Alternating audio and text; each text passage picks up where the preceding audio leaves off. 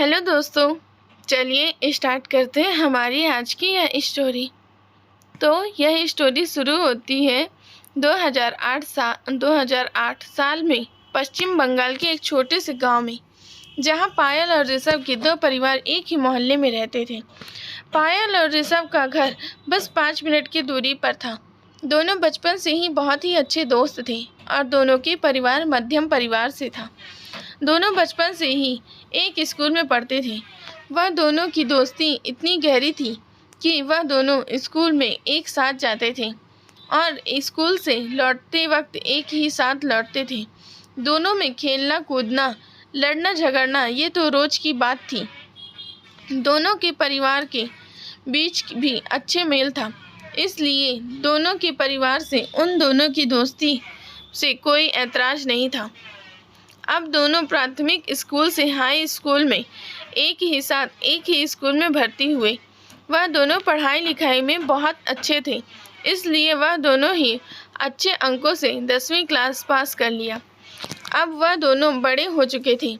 बुरे भले का समझ उन दोनों में आ चुका था, लेकिन उन दोनों के बीच सिर्फ एक अच्छी दोस्ती ही थी। प्यार का सिलसिला अभी तक शुरू भी नहीं हुआ था। जब वो दोनों 10वीं पास करने के बाद 12वीं में भर्ती हुए, तभी उन दोनों के साथ में उन्हीं के क्लास में एक ऋषिकेश नाम का एक लड़का भर्ती हुआ। ऋषिकेश थोड़ा अमीर परिवार का लड़का था। कुछ दिन जाने के बाद पायल और ऋषिकेश में थोड़ी बातचीत होने लगी थी, लेकिन ऋषभ पहले तो ज़्यादा ध्यान नहीं देता था। लेकिन जब देखा कि उन दोनों में मिलना जुलना थोड़ा बढ़ गया है, तब से ऋषभ उन दोनों पर थोड़ा नज़र रखने लगा। देखा जाए तो ऋषभ ने पायल को मन ही मन में बहुत प्यार करता था, लेकिन पायल उसे प्यार करती है या नहीं यह ऋषभ को नहीं पता था। पायल और ऋषिकेश को जब ऋषभ एक साथ देखता था, तब ऋषभ मन ही मन में जलता था।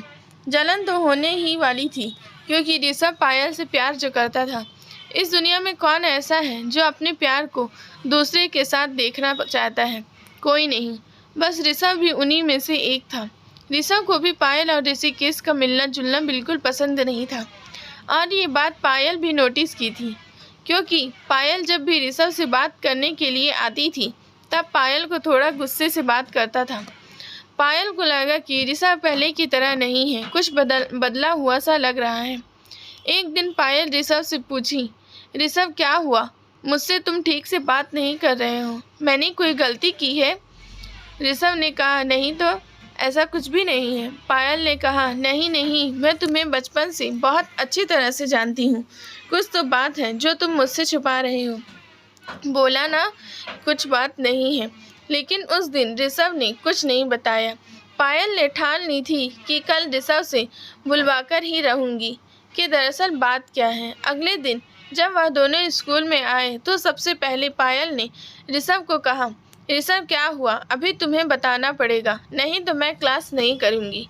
पायल के बार बार कहने पर ऋषभ ने बता ही दिया कि तुम्हारा और ऋषिकेश का मिलना जुलना मुझे बिल्कुल पसंद नहीं है।